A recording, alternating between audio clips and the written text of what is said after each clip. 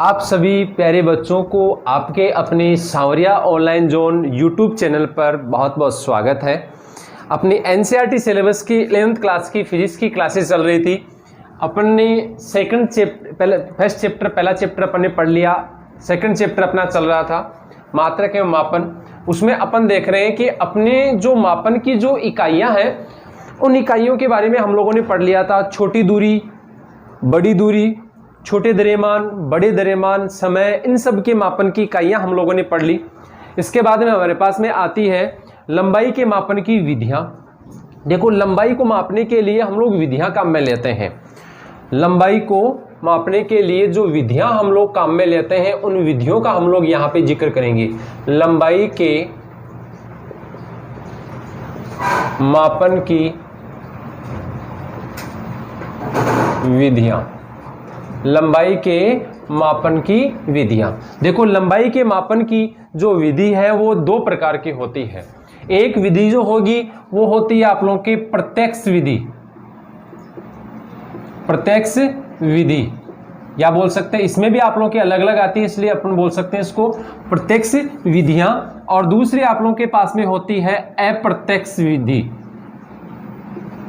तो अप्रत्यक्ष विधियां सबसे पहले अपन जिक्र करते हैं। प्रत्यक्ष विधियों के बारे में अपन पढ़ेंगे। प्रत्यक्ष विधियां कौन सी होती हैं? प्रत्यक्ष विधियां वो विधियां होती हैं, वो अपने पास में मेथड्स होते हैं जिनमें हम लोग सीधा सा मान रखते हैं और अपने पास में वैल्यू आ जाती है। जैसे अपने पास में या तो कोई उपकरण हो गया, जैसे स्केल हो गया जिसको आप लोग मीटर पैमाना कह सकते हैं, या आप लोगों के पास में स्फेरोमीटर हो गया, या स्क्रू गेज हो गया, वर्नियर कैलिपर्स आप लोगों के पास में हो गया। ठीक है, गोलाई मापी, स्फेरोमीटर, ये सब जो आप लोगों के पास में है, ये सब आप लोगों की जितनी भी उपकरण है या अपन जो मेथड अपन काम में ले रहे हैं वो सभी प्रत्यक्ष विधियों में आते हैं। ठीक है, दूसरा अपने पास में क्या आता है कि हम लोग यदि हम लोग एक कोई ऐसी विधि काम में ले जिसमें हम लोग वैल्यू रखेंगे और एक अपने पूरा प्रक्रम होगा, एक पूरी क्रिया हमें करनी होगी, या अपन बोल सकते हैं एज एक प्रैक्टिकल के रूप में आप लोग के पास में जो विधि है उसको हम लोग कहते हैं अप्रत्यक्ष विधि।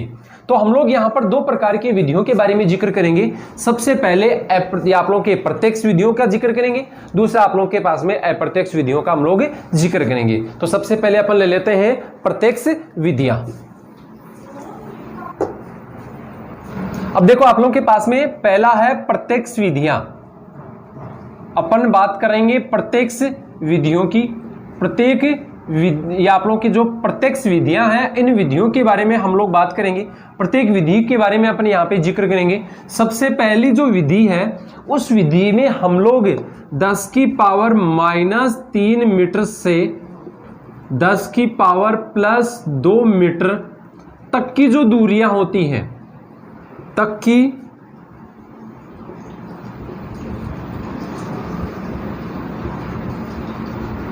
दूरी के लिए मीटर पैमाना काम में लिया जाता है। क्या काम में लेते हैं? मीटर पैमाना। क्या काम में लेते हैं?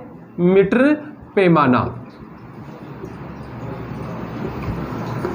ठीक है, तो अपन देखते हैं कि 10⁻³ मीटर से 10⁻+3 मीटर के बीच की जो दूरियां होती हैं या इस कोटि की जो दूरियां होती हैं उन सब दूरियों को हम लोग मापते हैं मीटर पैमाने के द्वारा। कौन सा पैमाना काम में लेते हैं? मीटर पैमाना। ठीक है, कौन सा पैमाना अपन काम में लेंगे यहाँ पे? मीटर पैमाना। दूसरा आप लोगों के पास में है, दूसरे पैमाने की यदि मैं बात करूं तो आप लोगों के पास में 10⁻⁴ मीटर कोटि की जो दूरी है, कोटि की दूरी है, दूरी को मापने के लिए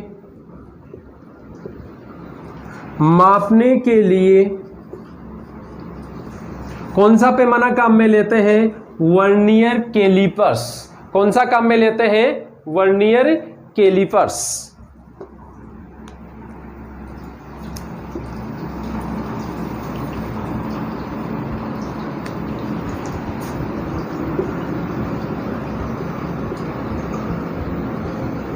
कौन सा पैमाना काम में लेते हैं? Vernier callipers. अपने पास में वर्नियर कैलिपर्स जो है, ये वर्नियर कैलिपर्स एक उपकरण होता है जिसका मैं आकार यहां आप लोग के बना दूं।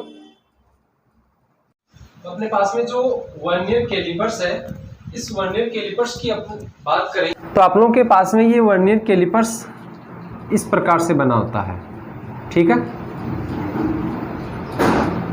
इसमें दो जबड़े नीचे की ओर होते हैं और दो जबड़े ऊपर की ओर होते हैं। इस प्रकार से ये स्थिति बनती है। यहाँ आप लोगों के पैमाना होता है। तो अपन देखते हैं अपने जो स्कूल में जो अपना प्रैक्टिकल होता है, उस प्रैक्टिकल में आप लोगों के यह वर्नियर कैलिपर्स काम में लिया जाता है। वर्नियर कैलिपर्स जो होता है, ये जैसे आप लोग की कोई चद्दर होती है, उस चद्दर की मोटाई ज्ञात करने की, या फिर हम लोग जैसे कोई पाइप होता है, उस पाइप की मोटाई, पाइप के अंदर जो आप लोग का उसका जो भाग है उसकी आप लोग मोटाई वगैरह, जो उसका जो अंदर होल होता है उस होल की अपन चौड़ाई वगैरह ज्ञात करने के काम में लेते हैं। तो इस प्रकार से आप लोग के 2 नंबर हो गया वर्नियर कैलिपर्स। 3 नंबर अपन देखते हैं तो अपने पास में 10 की पावर -5 मीटर कोटि की जो लंबाई होती है उसको मापने के लिए जो विधि काम में ली जाती है, वो विधि अपन देख लेते हैं। यहाँ पे नंबर 3, 10 की पावर -5 मीटर कोटि की लंबाई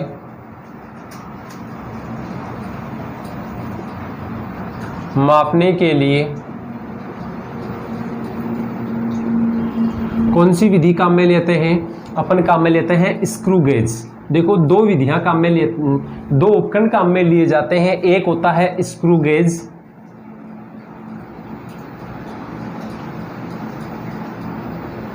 एक होता है स्क्रू गेज।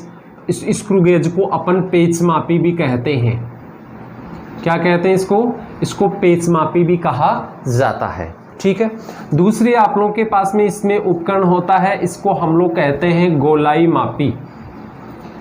क्या कहते हैं इसको? गोलाई मापी। जो गोलाई होती है उस गोलाई को मापने के काम में लिया जाता है। इसका दूसरा नाम है स्फेरोमीटर, स्फेरोमीटर, ठीक है। यह आप लोगों के पास में स्थिति बन गई। यहां अपने पास में 2 उपकरण काम में आते हैं, जिसमें एक को अपन स्क्रू गेज और दूसरे को अपन गोलाई मापी कहते हैं। फिर अपन बात करें तो अपने पास में एक उपकरण और आता है जो 10 की पावर -8 मीटर कोटि से 10 की पावर -10 मीटर कोटि की दूरी मापने का काम करता है। 10 की पावर -8 मीटर से 10 की पावर -10 मीटर कोटि की लंबाई मापने के लिए, इसके लिए भी 2 प्रकार के उपकरण काम में लिए जाते हैं, और वो होते हैं सूक्ष्मदर्शी। 2 प्रकार के उपकरण कौन से हैं? 2 सूक्ष्मदर्शी हैं। एक आप लोगों के इलेक्ट्रॉन सूक्ष्मदर्शी, इलेक्ट्रॉन सूक्ष्मदर्शी, ठीक है। और एक आप लोगों के पास में सेकेंड नंबर है सुरगना सूक्ष्मदर्शी, ठीक है। तो सूक्ष्मदर्शी जो होती है, इससे हम लोग 10 की पावर -8 मीटर और 10 की पावर -8 मीटर से 10 की पावर -10 मीटर कोटि की जो लंबाई होती है, उस लंबाई को मापने का कार्य करते हैं, मापने के लिए काम में लेते हैं। तो इस प्रकार से आप लोगों के 4 आप लोगों के मेथड है, 4 विधियां हैं जो प्रत्येक विधियां कहलाती है। और ये आप लोगों की लंबाई को मापने की जो आप लोगों की विधियां हैं, उन विधियों को आप लोगों ने 2 भागों में डिवाइड किया था। पहला आप लोग के प्रत्यक्ष विधियां, जितनी विधियां हैं जिसमें हम लोग सीधा मान रख के मान निकालते हैं या उपकरण में मान रख के अपन मान निकालते हैं, वो आप लोगों की प्रत्यक्ष विधि होगी। और दूसरी अपन देखते हैं अप्रत्यक्ष विधियां हैं, जिसमें आप लोगों के 2 प्रकार की विधि काम में ली जाती है। चलो आगे देखते हैं। अब आप लोगों के पास में 2 नंबर है अप्रत्यक्ष विधि।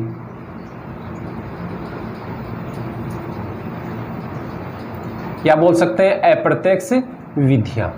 अप्रत्यक्ष विधियां भी 2 होती है। नंबर 1 यदि अपन लें तो ये होती है आप लोगों की लंबन विधि, लंबन विधि या लांबिक विधि। हम लोग जो लंबन विधि लेते हैं, इस लंबन विधि में क्या करते हैं, हम लोग एक बिंदु ले रहे हैं, जैसे ये आप लोगों के पास में बहुत अधिक दूरी पर एक बिंदु है जिसको हम लोगों ने ओ ले लिया।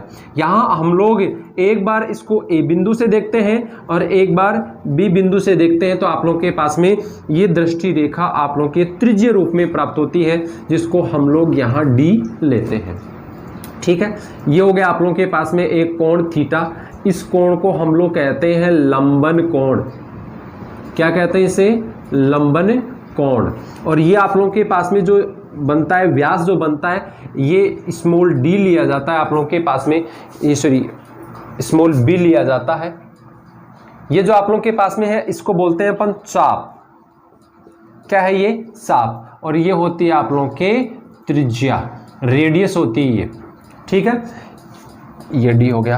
अब अपने पास में देखो एक फॉर्मूला आता है, इस फॉर्मूले को अपन ले लेते हैं, कोण बराबर चाप बटे त्रिज्या। ये अपने एक यूनिक फॉर्मूला है जो हम लोग कोण का फॉर्मूला लिखते हैं। चाप जो होता है आर्क, इसको इंग्लिश में बोलते हैं, और ये रेडियस आप लोग के त्रिज्या हो गई। तो हम लोग जो कोण लेंगे, कोण को हम लोगों ने यहाँ थीटा लिया है, शायद दिख रहा होगा आप लोगों के नीचे। फिर आप लोग देख रहे हैं चाप जो है इसको हम लोगों ने लिया है बी, और जो त्रिज्या है उसको लिया है कैपिटल डी। यदि हम लोगों को डी ज्ञात करना होगा तो हम लोग डी बराबर बी अपॉन थीटा, इस फॉर्मूले से अपन ज्ञात कर लेते हैं। ये जो होते हैं, ये जो है आप लोगों के एज ए एक दूरी के रूप में काम में आती है, जिसको अपन बोल सकते हैं दृष्टि रेखा। क्या बोलते हैं इसको? दृष्टि रेखा। क्या है ये? दृष्टि रेखा। और जो बी आप लोगों के पास में है, जिसको आप लोगों ने आधार कहा है, ये चाप कहा है, इसको आधारक भी कहते हैं। क्या कहते हैं इसको? आधारक भी कहा जाता है। तो ये आप लोगों के पास में होगी लंबन विधि। इस विधि से हम लोग बहुत अधिक दूरी ज्ञात कर सकते हैं। जैसे एक तो ए बिंदु से ले रहे हैं आप लोग, और एक आप लोग बी बिंदु से ले रहे हैं। ए बिंदु और बी बिंदु से हम लोग ओ बिंदु की दूरी मापते हैं। तो ये जो दूरी मापी जाती है, इस दूरी को हम लोग लंबन विधि के द्वारा इस प्रकार से मापते हैं, जिसमें आप लोगों के ये फॉर्मूला आ गया। ठीक है, फिर लेते हैं अपने पास में नंबर 2 है। चलो आगे नंबर 2। देखो नंबर 2 आप लोगों के पास में जो विधि है, ये सूर्य या बोल सकते हैं तारे या ग्रह की आमाप ज्ञात करने की विधि, ज्ञात करने की विधि कौन सी विधि होगी? हम लोग उसी प्रकार से ज्ञात करेंगे जिस प्रकार से हम लोगों ने ज्ञात किया था। जैसे मैं ये ले रहा हूँ, ये आप लोगों के पास में पृथ्वी है, इसके 2 बिंदु हम लोगों ने ले लिए, इसको ए ले लिया और इसको बी। इन 2 बिंदुओं से हम लोग किसी ग्रह की दूरी लेते हैं। तो हम लोग ग्रह की दूरी लेंगे, तो उस ग्रह की, ये आप लोग देख रहे हैं, ये इसकी सरफेस होगी, एक सतह होगी जहां आप लोगों को मान ज्ञात करना होता है। यहाँ मैं ले लेता हूँ पी पॉइंट। ठीक है, यहाँ जो दृष्टि रेखा, मतलब ए बिंदु से बी बिंदु से देखने से जो आप लोगों के पास में 2 दृष्टि रेखाएं आती हैं, उनके बीच में बनने वाला कोण ले लिया मैंने अल्फा कोण। ठीक है, और इन दोनों ए और बी के बीच की जो दूरी होती है, ये चाप ही है, लेकिन लगभग अपन सीधी देख रहे हैं यहाँ पे, इसको बोला जाता है आमाप। एक चीज, एक तो ऐसे लिया जाता है, ये तो सेम टू सेम वो की वो होगी। फिर अपन क्या करते हैं, जिसको आमाप शब्द है, ये यहाँ काम में नहीं लेते हैं अपन, ये तो सिंपल सी वही भाषा होगी। फिर अपन बात करते हैं, तो देखो आमाप यदि शब्द काम में लेना है तो अपने पास में ये दोनों जो बिंदु अपन लेंगे ए और बी, ये दोनों बिंदु आप लोगों के व्यास बिंदु होंगे। कंफ्यूज मत हो जाना। ठीक है, जैसे आप लोगों को मैंने अभी बताया, ये तो आप लोगों की वही मेथड हो गया। फिर अपन बात करते हैं, तो आप लोगों के पास में ये वाली विधि काम में आती है। ये अपने पास में एक मैंने यहाँ सर्किल बना दिया। ठीक है, या आप लोगों के पास में कोई भी अपन ले सकते हैं, जैसे कोई तारा है या ग्रह है, अपन उसकी बात करें, ये व्यास बिंदु है, मतलब ये व्यास है, यहाँ आप लोगों के इसका केंद्र बिंदु हो गया, सी पॉइंट आप ले सकते हैं या ओ पॉइंट आप लोग ले सकते हैं। ये जो आप लोगों के पास में होता है, अब ये जो व्यास है, ये व्यास आमाप कहलाता है। क्या कहलाता है? आमाप। लेकिन है तो चाप ही, अरे होगा तो चाप। ठीक है, ये जो दूरी होती है, ये दूरी आप लोगों के पास में कहलाती है त्रिज्या। क्या कहलाती है? त्रिज्या। अब ये आप लोगों के पास में स्थिति बनती है, ये हम लोग ले लेंगे डी और ये ले लो आप लोग कैपिटल डी।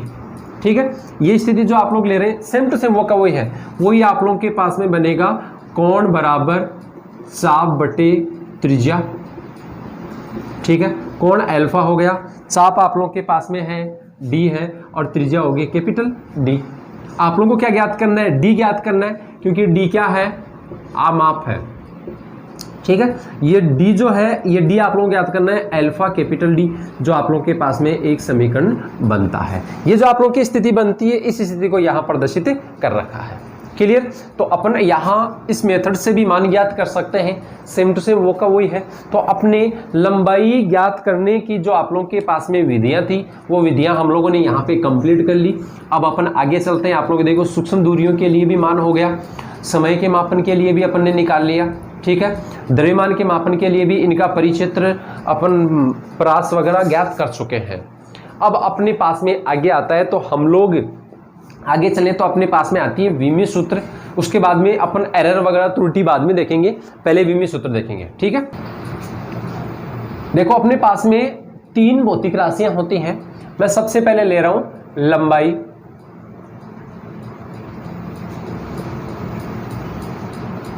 लेंथ, एक आप लोगों के पास में है द्रव्यमान मास, एक आप लोगों के पास में है समय टाइम। अब देखो मैंने यहां आप लोगों के पास में 3 भौतिक राशियां लिखी हैं, जिनकी इंग्लिश मैंने साथ में लिखी है। ठीक है, ये बहुत इंपॉर्टेंट है। अपने यहां पे देखेंगे, एक बार मैं आप लोगों के यहां इनके मात्रक रिपीट कर दूं, जिससे आप लोग के याद हो जाए।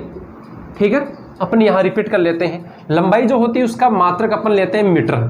ठीक है, इसके साथ में अपन और भी लेते हैं, जैसे मीटर हो गया, सेंटीमीटर हो गया आप लोगों के। ठीक है, और अपन लेते हैं तो फीट हो गया, ऐसे अपन मान निकाल सकते हैं। मिलीमीटर हो गया, ठीक है, माइक्रोमीटर हो गया, बहुत हो गया आप लोगों के। द्रव्यमान का अपन लेते हैं तो किलोग्राम हो गया, फिर अपन लेते हैं तो आप लोगों के पास में आ जाएगा ग्राम हो गया, फिर अपन देखते हैं तो आप लोगों के पास में पाउंड हो गया। तो ऐसे आप लोग के और बन सकते हैं। समय के लिए आप लोगों के सेकंड हो गया, एक घंटा हो गया, एक आप लोगों के पास में मिनट हो गया, फिर अपन ले सकते हैं कि दिन हो गए, वर्ष। ये सब क्या है, समय के मापन की इकाइयां तो हैं, लेकिन अपने लिए मोस्ट क्या है, अपने लिए जो मैंने सबसे पहले लिखा है मीटर है, किलोग्राम है और सेकंड है। समय के मापन की एकमात्र इकाई जो आप लोग के, चाहे एमकेएस पद्धति ले लो, चाहे आप लोग सीजीएस पद्धति ले लो, चाहे एफपीएस पद्धति ले लो, तीनों पद्धतियों में आप लोग के सेकंड ही रहेगा। ठीक है, फिर अपन बात करते हैं तो आप लोग के पास में द्रव्यमान होगा, मास जिसको कहते हैं, उसका किलोग्राम है। ये 2 मैंने आप लोगों के और आप लोगों के जो मात्रक पद्धतियां उनके बारे में बता दिया। ये एमकेएस के लिए हो गया। ठीक है, ये आप लोगों के सीजीएस के लिए, एपीएस के लिए। ये जो आप लोगों के पास में मीटर है, ये लंबाई का एमकेएस मात्रक हो गया, ये मैंने आप लोगों के सीजीएस बता दिया और ये एपीएस। इस प्रकार से हो गए। अब अपन देखते हैं कि इनके जो फर्स्ट लेटर हैं उन लेटर की बात करते हैं। लंबाई का ले लिया, मास का ले लिया, समय का ले लिया। सबसे पहले मैं ले रहा हूं, अपने पास में बनती है वीमा, या अपन बोल सकते हैं विमीय सूत्र। वीमा या विमीय सूत्र, देखो विमा और विमीय सूत्र क्या होगा, M for mass, L for length और T फॉर टाइम। इन तीनों का जो कॉम्बिनेशन अपने यहाँ बनता है, इनसे यहाँ विमा बनती है। यहाँ विमा बनाने के लिए अपने को मूल मात्रक लेने होते हैं, मूल मात्रक काम में आते हैं, और उन मूल भौतिक राशियों को अपन शॉर्ट में लिखते हैं, तो आप लोग के विमा बन जाती है, विमीय सूत्र बन जाती है। जैसे एक छोटा सा उदाहरण मैं आप लोग के यहाँ लिख के बताता हूँ। अपन एक ले लेते हैं, अपने पास में है बल। बल एक ऐसी भौतिक राशि होती है जो 2 भौतिक राशियों से मिलकर बनी होती है, जिसमें एक होता है द्रव्यमान और एक होता है त्वरण। द्रव्यमान और त्वरण अपन बात करें तो द्रव्यमान के लिए क्या हो जाएगा मात्रक केजी, और त्वरण का होता है मीटर बटा सेकंड स्क्वायर। हम लोग इसको ऐसे लिख सकते हैं, केजी का पावर 1, मीटर का पावर 1, और समय जो आप लोग की सेकंड है, सेकंड का पावर -2। अब अपने को ये देखना है M क्या है, M फॉर मास, देखना आप लोग मेरे साथ में बोलेंगे, m फॉर मास। मास का यूनिट क्या होता है? केजी। यहाँ केजी है क्या? है। कितना पावर है? 1। तो अपने पास में यहाँ कितना पावर हो गया? 1। क्लियर? फिर अपन बात करते हैं L। L फॉर लेंथ यानी कि लंबाई। लंबाई का मात्रक मीटर होता है। यहाँ मीटर है मीटर। कितना पावर है? 1 है, तो इसका पावर कितना हो गया? 1। ठीक है। फिर अपन बात करते हैं टाइम।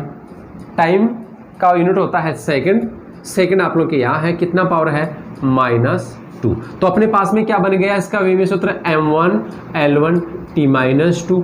इसको बड़े कोष्ठक में बंद कर देते हैं, या हम लोग इसको ऐसे भी लिख सकते हैं m l t-2, क्योंकि इसकी पावर 1 है, तो लिखें या न लिखें एक ही बात है, कोई दिक्कत नहीं। तो अपने पास में इस प्रकार से बनता है विमीय सूत्र, जो अपन यहाँ बना चुके हैं। एक मैंने आप लोगों को बता दिया, कल अपन अगले वीडियो में इसमें बहुत अच्छी प्रैक्टिस करेंगे। आप लोगों को विमीय सूत्र बनाना आना चाहिए, कभी भी विमीय सूत्र को रटने नहीं है। यहाँ अपन ये देखते हैं कि 11th क्लास में बहुत से स्टूडेंट ऐसे होते हैं जो विमाओं को रटते हैं, रटी नहीं जाती ये। आप लोग कितना रटोगे? बहुत सी अपनी भौतिक राशियां हैं, इन सब की विमाएं अपन नहीं रट सकते, तो अपने को रटना नहीं है, अपने को इस प्रकार से निकालना आना चाहिए। अपन किसी भी भौतिक राशि का यदि फॉर्मूला आप लोगों को आता है, मात्रक यदि आप लोगों को पता है, तो हम लोग यहाँ विमीय सूत्र निकाल सकते हैं। ठीक है, तो आज के वीडियो में इतना ही। धन्यवाद।